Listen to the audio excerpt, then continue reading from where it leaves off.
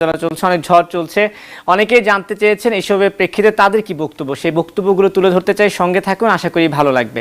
শুরুতেই জানতে চাই কেমন আছেন?